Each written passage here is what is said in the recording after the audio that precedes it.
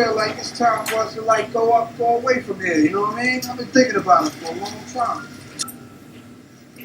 See, let's go to Africa. Yo, I've never been more serious in my life. I mean, we've been to the islands, we've been everywhere. Who says we can't go to Africa? That's our dream, to go to our homeland, where our roots are. In this fall, man, it's very tough. In this fall, I'm going to take my talents to South Beach. We're taking our talents to Africa. To Africa. To Ghana. What? What? Oh my God, this is big news.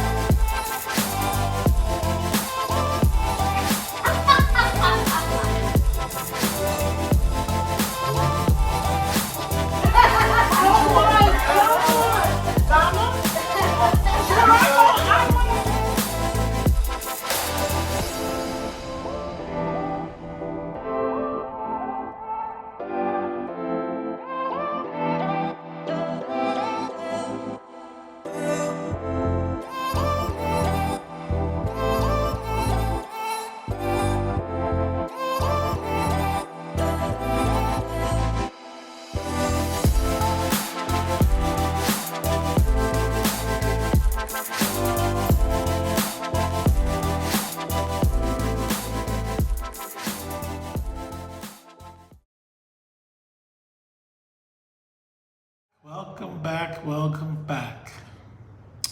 My name is Dale. And I'm Dacia.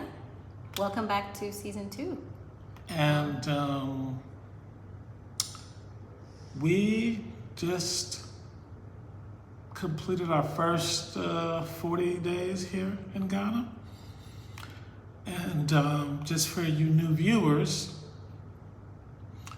you're watching Off the Wheel, our YouTube channel, where we document our move from Brooklyn, New York to our new home, Ghana. And we're a membership group of Black Americans who are looking to make that move. And here on the channel, we look to serve as a model family for you to look at and see and learn from us. And we're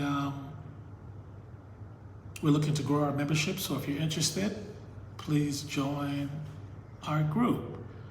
So before we get into the nitty-gritty, I must say that 40 days went by really quickly, and we decided to jump on and do a quick video to really talk about our first 40 days, our experiences, and kind of what happened in those last days.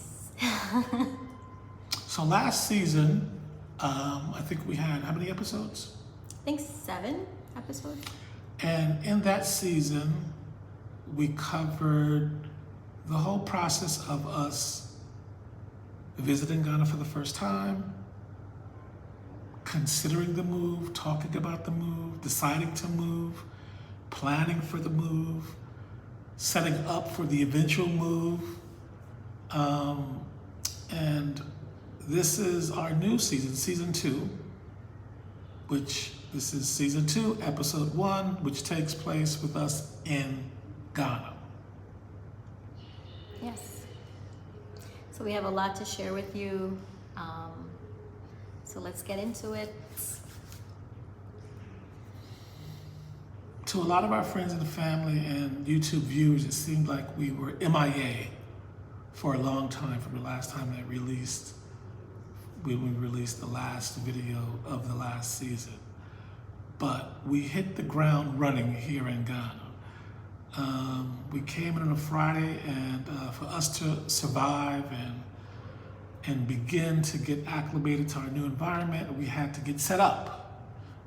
Things that we take for granted in the States as being very easy and seamless to do, sometimes it's a little different in Ghana. So for example, one of the first things we had to do when we get here was set up our phones. Yeah, because you know you all have to have your cell phone. So we thought you just go to the store and then they put a plan on your phone and then that'll be that. Unfortunately not fortunately, but that wasn't the case when we got to the local cell phone provider. And we were getting all this advice on, you can keep the same phone, just, use different SIMs, keep taking the chip in and out. But for Americans who have bank accounts back home, other web portals back home, you have to use your old phone to authenticate your sign-in. And so sometimes when you're on your new phone or on your computer, your text authentication happens on your old phone. So you have to have, or it's more efficient to have an American phone and a Ghana phone. So getting the Ghana phone set up was a major thing, and the packages were a little different than in the States. And for the most part, I don't know, I'm gonna say 85% of people here in Ghana use WhatsApp. Many businesses only have a WhatsApp number. In the States, WhatsApp is used as, something that, I guess more social interaction with your friends and family who live abroad. But here, because texting is first in the States. It's for business as well. Documents, conversations, locations, everything is done. Everything is done on WhatsApp, here. Just a couple of different, things that we're not used to that took a little bit of finagling because we consider ourselves to be pretty tech savvy, but it's a whole new learning experience for us, and it's really just about being patient and just acclimating to the way that they do business here. Our phone experience was we actually don't have a plan here in Ghana for the phone. We actually bought minutes, so it's prepaid. Yeah, so you buy data. You buy data, not yeah. minutes. You buy data. Right, correct. And when you use WhatsApp uses that data. But WhatsApp uses data pretty efficiently. So it turns out that your phone usage costs are cheaper here, we find, than the monthly dollar amount that you spend on a phone package in the States. So the next thing that we did is really, for me, was, us, but grocery shopping. We had to spend, quite a bit of time looking at the products in the store, and I'm constantly calculating the prices of everything. The prices and things like that we'll discuss in another video, but as far as being able to get goods that you're comfortable with, fruits, vegetables, canned goods, frozen things, chicken, that's all available in the area that we live. You go to a supermarket, normal checkout. You can use your credit card to check out at the grocery store, and fresh baked goods there as well. That's Amex credit card. Can't be used, only Visa. Yeah, the Visa they cards. take. Yeah. Visa debit card that they take. So that was kind of seamless. And for me, I was able to kind of be able to prepare meals like the next day that we got here, because I packed up probably a suitcase full of things that I normally use to cook, like my own spices, my own, things that I'm used to, so that part of it would not be, like too much of a difference. I wanted some familiarity, so that was one thing that was, really helpful when we came over here. Then we spent the first week also trying to tackle immigration and get documentation for identification and residency. And we had a couple of hiccups. First on the task was getting our Ghana ID card, which I guess is the equivalent of maybe a social security number in the States. No, I think it's more like a non-driver ID. Non-driver ID? Maybe. Kind of like maybe in between that, a social and a non-driver ID. Or a combination. Kind of combination of that, yeah. But you need that Ghana ID. Well, first off, I think you need it to have a cell phone in Ghana now, right? To register, you have to register your SIM. So you can't have a cell phone Correct. without a Ghana ID. Right. The reason we got our cell phone before the ID is because the law didn't come into effect until the end of September. So we still had to get it registered after we got the Ghana card, or they were going to cut off our phone number. So going forward, you need the Ghana card before you can even register your SIM card. So hence, get a cell phone here in Ghana. So getting our Ghana card, we were all over the city.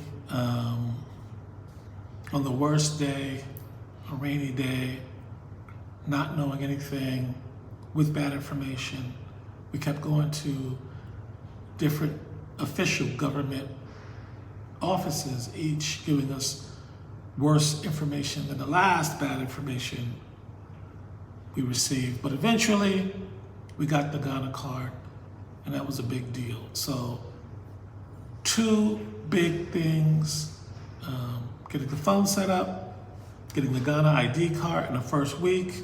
So, we're feeling pretty good about that. We had momentum. Yes, we'll definitely cover the process we went through to get the Ghana card, because it's something that really, if you are going to be coming to Ghana, that it's something that you need to know, because the process can have you kind of turned around.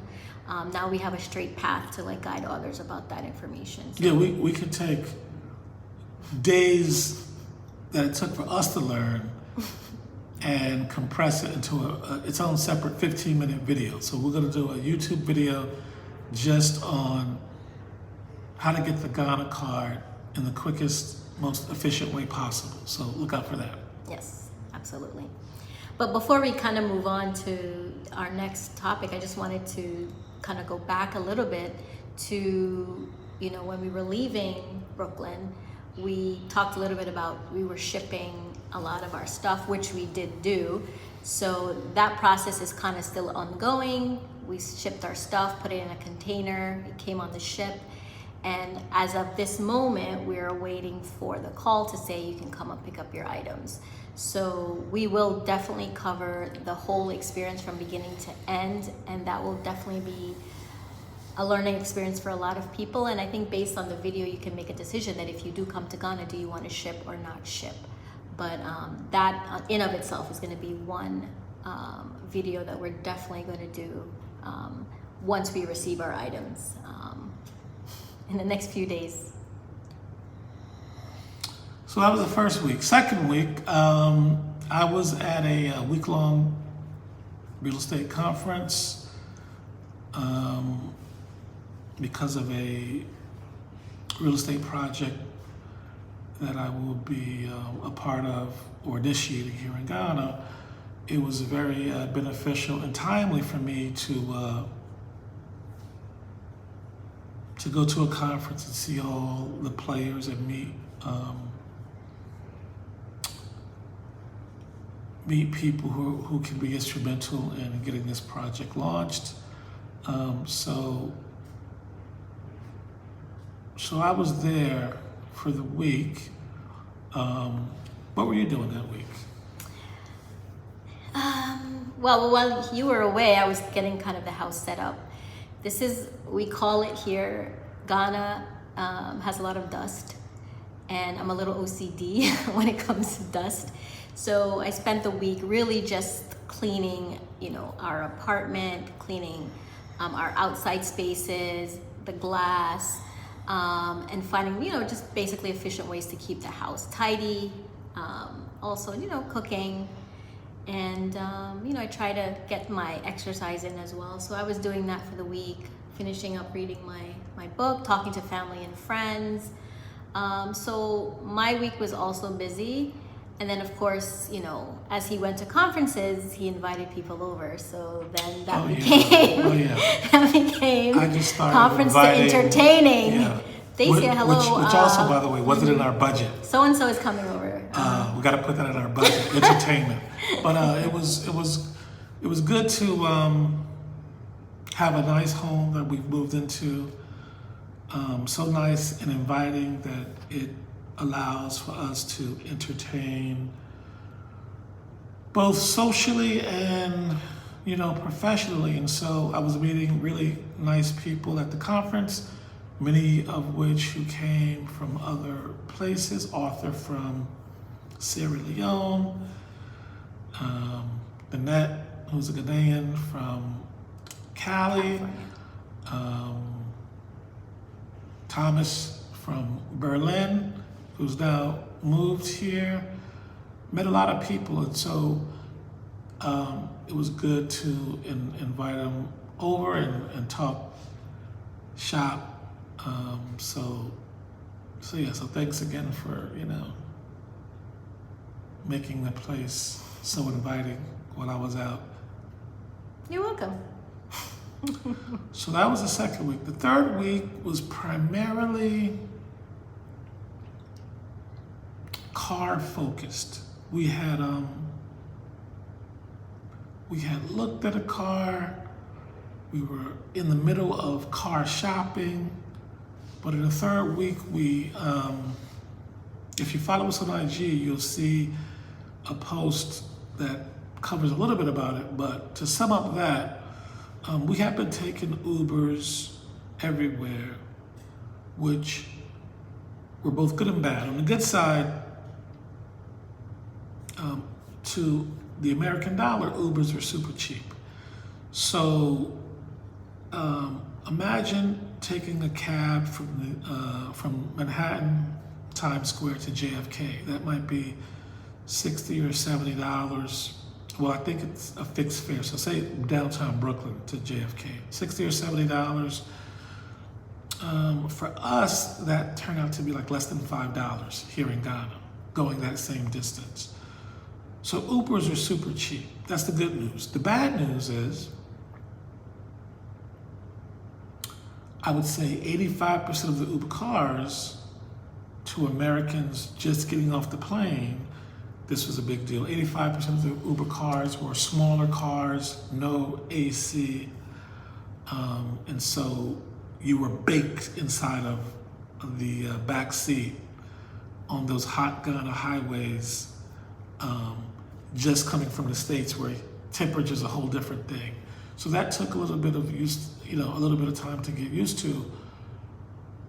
But the other thing about taking Ubers everywhere was that it wasn't going to allow us to explore the little hole-in-the-wall places that you would come to love and invite your friends to once they came over.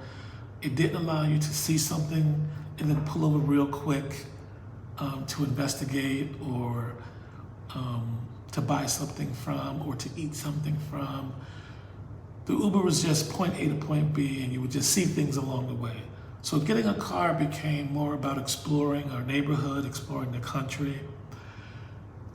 And so, after we saw a first car in a very unusual sales practice. Just to recap from our IG post, you see a car, we went into a dark room, and there was a salesperson, the head guy, who sat at a desk, behind a desk, with no paperwork, no nothing. The room was dark. It felt like a scene out of like New Jack City, like we were going to see a mafia boss. And so Dacia really wasn't comfortable with that. So we got a referral, ended up going to a more trafficked part of town, to a car dealership that had a lot of activity, on-premise servicing. The vibe felt better. We ended up buying a small car. And, for our first car, it was going to be a used car because, getting used to driving around, getting used to some of the bumpy, unpaved roads in Ghana. It doesn't make sense for most people to have a brand new car. We've seen people with all kinds of beautiful cars, SUVs. We've even seen Maserati, Rolls Royce, everything. Yes. So all that stuff is here. Mm-hmm. And sometimes you see them on roads they shouldn't be on. But for the most part, what I've seen is that the bigger cars, the nicer cars, the brand new cars are typically held by rich people or government workers or politicians or employees of international companies who live in certain areas. But for regular folks, where you never know when you're gonna hit like a crazy road, an almost impassable road, getting a brand new car didn't make sense. And so we got a nice used car. Pretty happy with it. So that was the third week. Well, we call it our kind of like our bumper car, so that, you know, if it gets a bump, a scratch, a Not hit, gonna be stressed. you don't have to really worry about it. It can get us from point A to point B. We think it's a decent looking car. I haven't driven yet. I'm still like not quite ready to do that. But, She's nervous, I'm a as a nervous- passenger. Woo. Yeah, because, you know, the driving here, especially with the Trotros, for those of you in Ghana that know, they just pull out of anywhere and everywhere. A Trotro's a dollar van. Yeah, it's a dollar van, it's quote unquote dollar van, and it can get you a little jumpy, and I can be a little bit jumpy, so I have to kind of get out of that element, and also be aware that people honk here in Ghana. They honk, honk, honk, honk that I'm coming, honk that I'm like. The honk so- here is different in America. In America, a honk is Get out of my way. aggressive, it's provocative, it's angry, it's Right. direct, it's at you. In Ghana, honking is, hey, don't come in this lane. Hey, I'm coming around this corner. It's a different honk. So you Yeah. got to interpret it differently, and Dacia has to learn the honk language. Suffice it to say, yes, I have to learn that. And also, part of getting set up on here is doing how the Ghanaians do. And electricity here took a minute to get used to. So in our place, our meter wasn't set up just yet. So we were here. Maybe we'll share some video. Yeah. We were here while they were installing the meter. That was interesting to watch them stick the meter on. In the States, you don't, in apartments similar to this in the States, you don't ever see a meter anywhere. Everything is behind some Wizard of Oz curtain, and you just get a bill. Here, you know, I can look over and see that big meter on my wall, but the weirdest thing about the meter was the payment. Yeah, it's a prepaid, which I've heard people talk about it before. We haven't experienced it until the last, I think 2 weeks ago, is it? About 2 weeks ago, they came and installed it. They had to break the concrete wall to do that, and posted it on the wall. There's a reading on it in kilowatts, and then when it goes down to a certain amount, I think it starts to turn red, or I don't the know, light but lights the- up but a different color. The instructions are, once it gets under 200 kilowatts, you have to call someone to give you more juice. Right. And You pay, well, eventually, right? yeah, We'll pay. You'll get a confirmation number, and in that all on confirmation WhatsApp, number, all on WhatsApp, on by the WhatsApp, way. you'll get a confirmation number, and that number you have to put into the meter, which we didn't know at first. So of course you're like, no, it's not changing. It's still the same. Oh, you have to put the number. What number? It was actually cut off in our WhatsApp conversation, so we got it subsequently. But you have to put the code in, and then it tops it up for you. So really, you just have to kind of keep an eye on it, be mindful of it. so the point is, Yeah. we were accustomed to sending Con Ed a payment either through our bank or auto payment. Here, you hope to remember not to run down to zero before you call up the electricity guy.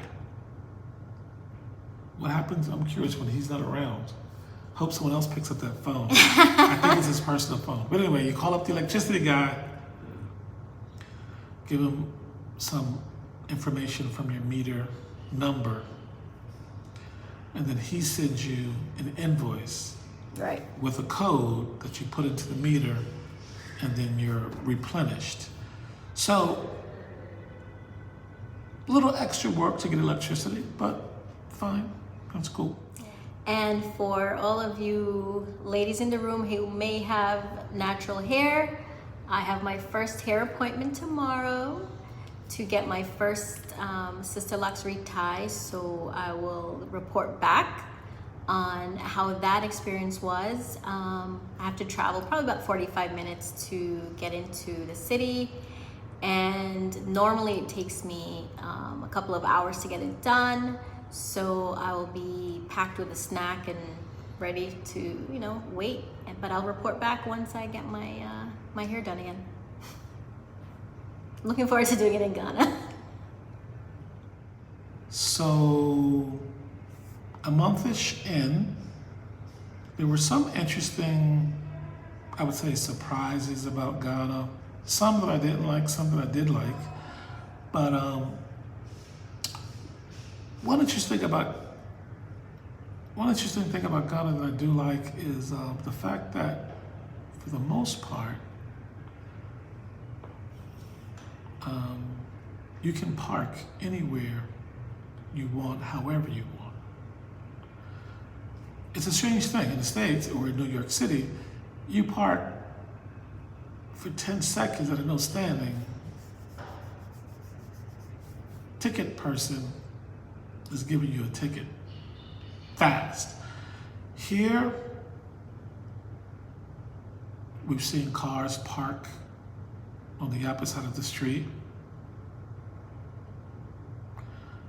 We've seen cars park anywhere, and I kind of like that. DC doesn't like that, No. but I like to know where I can park, how long I can park. you can park anywhere for as long as you want. Well, I need to like know the rules. This is like a loose rule. I haven't seen it anywhere. I personally. Not even in Guyana? Huh? Guyana, yeah, I think you can pretty much park wherever you See? want. But I like to know, like, because in Guyana, I'm there for like a week. I don't drive. But here, I'll be driving, so I'd like to know what the rules are. And if it doesn't look like a place that people should be parking, I'm not going to park there. That's just me. People just stop in the street, buy fruit. It's great. Well, since you're talking about driving, but I'll talk about parking, I'll talk about the driving part. The good one part that I like is that I can, you know, roll down my window when you're at a stoplight. I can get my plantain chips there.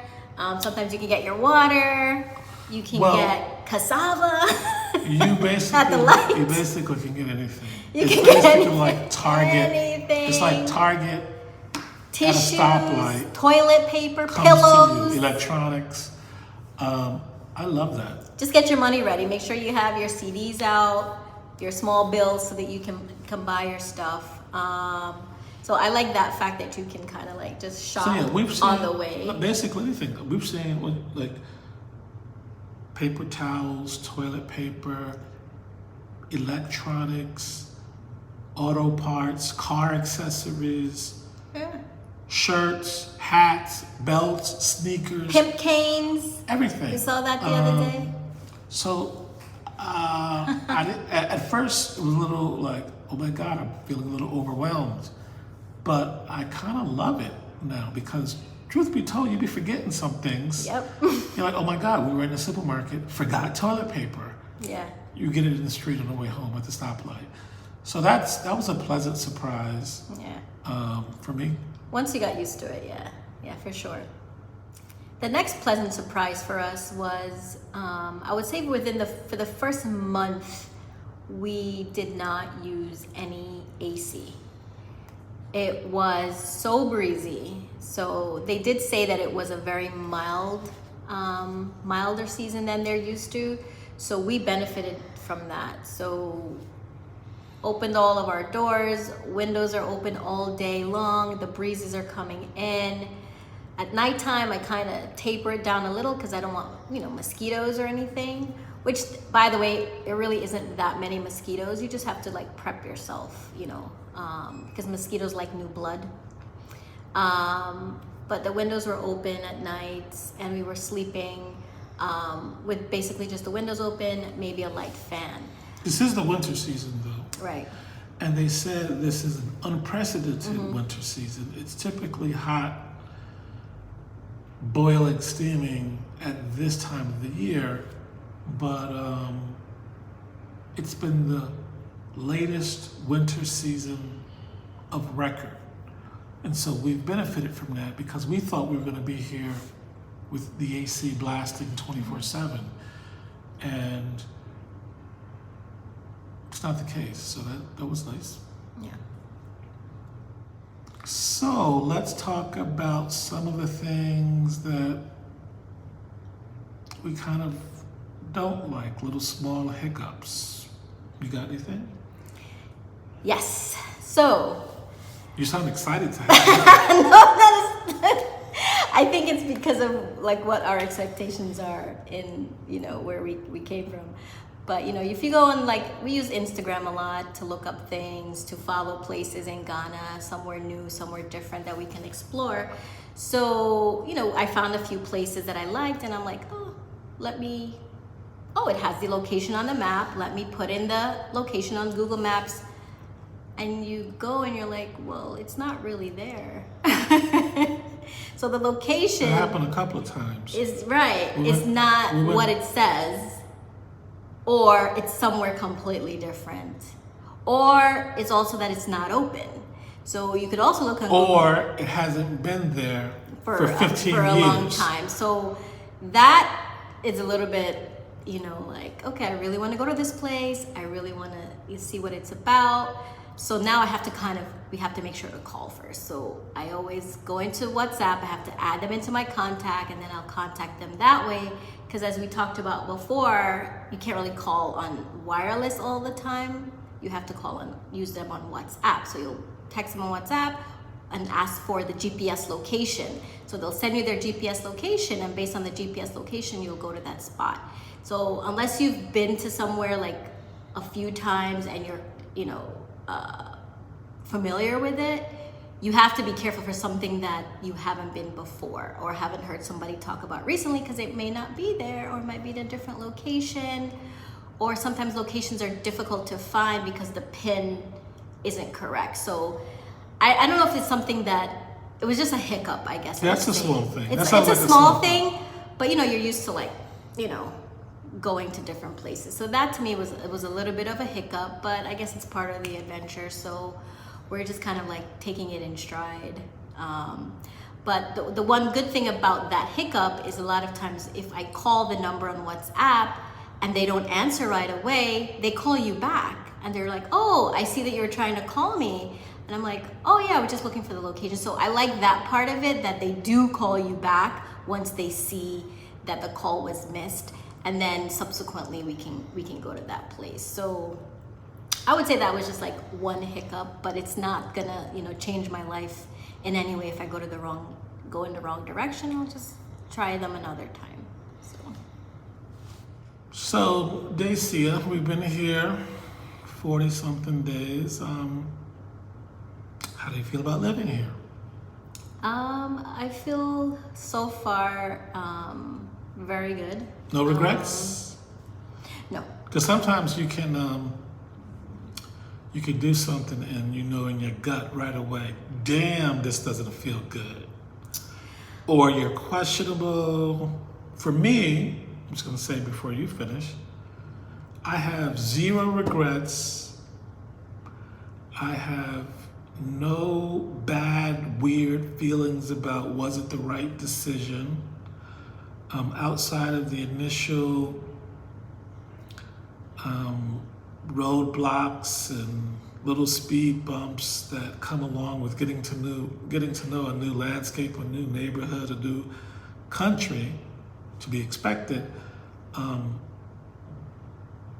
pretty damn pleased with moving over here. I'm surprised to feel like that personally. I thought I would have been a little more middle of the ground, like not too super excited, but no regrets. But I would have to say I'm at the other end of the spectrum. Like I'm really excited to be here. What about you? Yeah, I think I know I'm definitely in the same camp.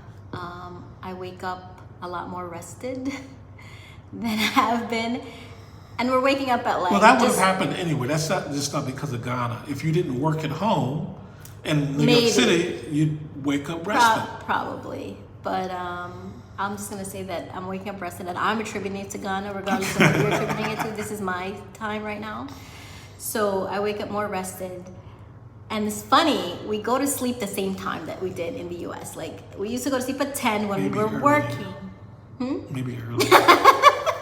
And wake up early. We wake up around 6 o'clock, maybe 6:30, because it's bright here, sunny, and I don't regret anything thus far. The only thing that we joke about is that we're living here going on 2 months without our stuff. Oh, yeah. And how are we managing okay without our stuff? Let me tell you, Ghana has everything that you need. And That's a surprise. That's a surprise. Every single solitary thing that you need. All respect to Ghana, but I didn't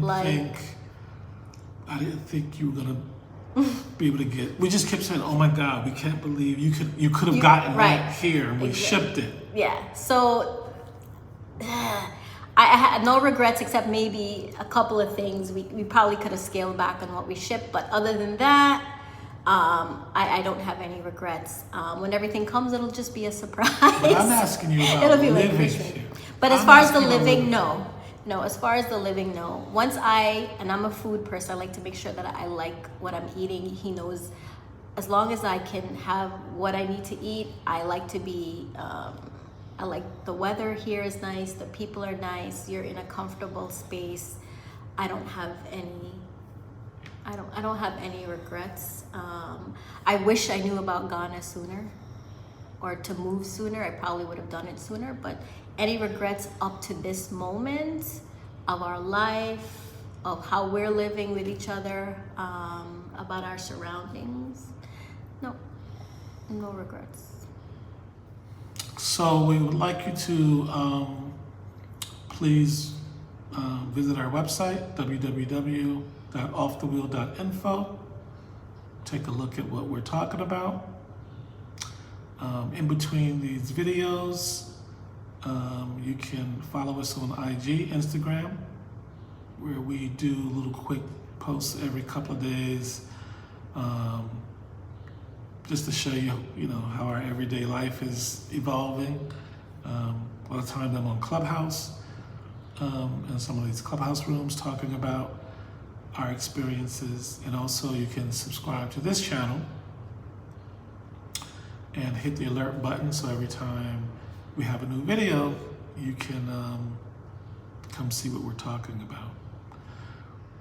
Again, this is our membership community of Black Americans moving to different parts of Africa. We chose Ghana. Maybe you'll choose Ghana. Maybe you'll choose a neighboring country, or a country 5 hours, 8 hours from us. But we are we're excited to make our moves. We are bringing our expertise along, and more importantly, we're bringing our earnings to make an impact, to make an intentional contribution to the neighborhoods, the cities, and the countries that we move to. And so that's the North Star of our membership group. So if that appeals to you, please consider reaching out to us and joining our group. And I also wanted to say that, we've met so many people, we've heard from so many people who are